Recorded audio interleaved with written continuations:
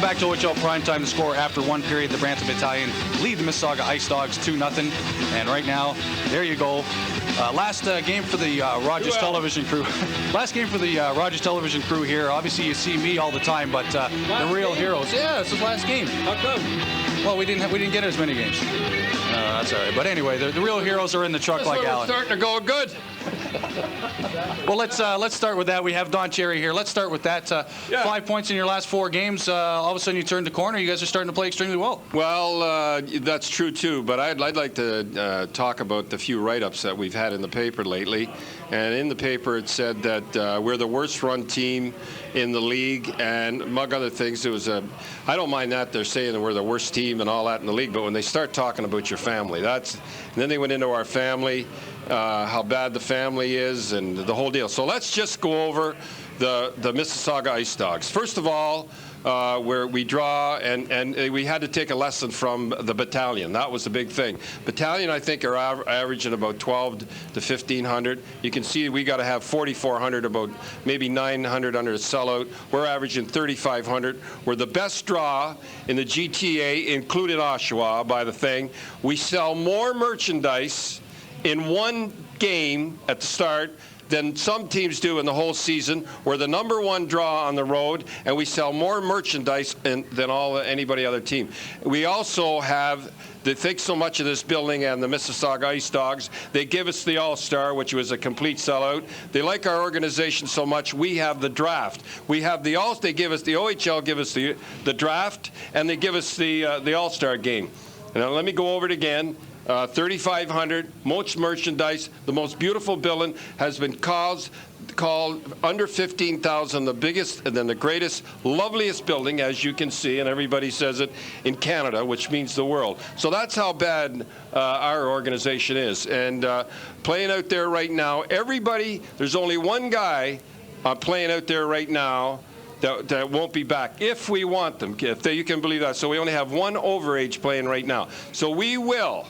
And we're playing without our right winger, Page, who was our 20-goal scorer last year. We're playing out with Spezza. He's not a bad hockey player. Not too bad a hockey player. We're playing without him, and we're playing with 2 other guys. They're injured. We are down to 3 lines now, and we've picked up 5 points out of 8. Although tonight we come out pretty slow. But you know, when you see stuff like that in the paper, it just makes you want to say, why do we even talk to reporters? Why that was a complete hatchet job. It was nothing about Spezza, you know, we were ruining Spezza. It was nothing about anybody else. It was just a hatchet job to get me. So that's my little tirade on Rogers for today. Obviously, you made an excellent point in the fact that you are going to bring back all these players, and you forgot to mention that Marcus Smith hasn't played all year. He comes back and, in my estimation, looks like a veteran out there in an OHL uniform. That's unbelievable that a kid could come back and miss, well, 3/4 of the season.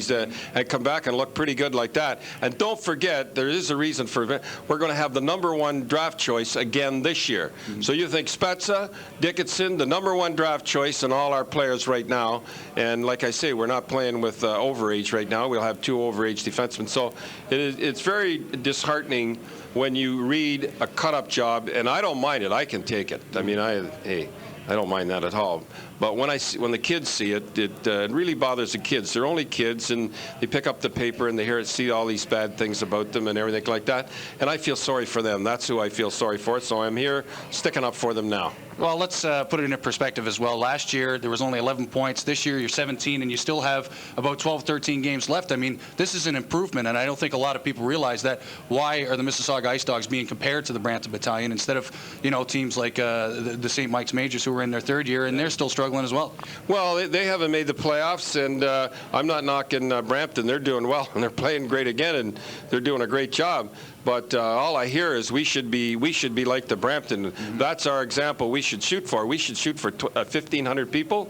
I mean, if I'll tell you one thing, that's what would really bother me if I was drawing 1,500 people, because you know your team's going to get better as it goes along, and we're averaging around 3,500. It only holds 53. So with only 5 and 7 wins, can you imagine? We're averaging 35 tonight. We must have 45. Dan, how many you got tonight? 45. About 45. That's 900 under a sellout. Can you imagine when we start smoking how many people we're going to put in here? So that's how bad run organization we got. Absolutely. Thanks very much, Don. We appreciate you coming on, and hopefully you'll come back on more times next year. Yeah, I can't believe it's your time. Hey, we're just starting to smoke now. What a time to leave us. All right. Well, there's the guy to talk to over there. Dan, how many games are we going to get next year? We'll get lots of the games because we'll be there. We'll be there next year. Watch us. Watch out for the Mississauga Ice Dogs next year. Thank you very much, Don Cherry. We appreciate it. We'll be right back in OHL Primetime right after this.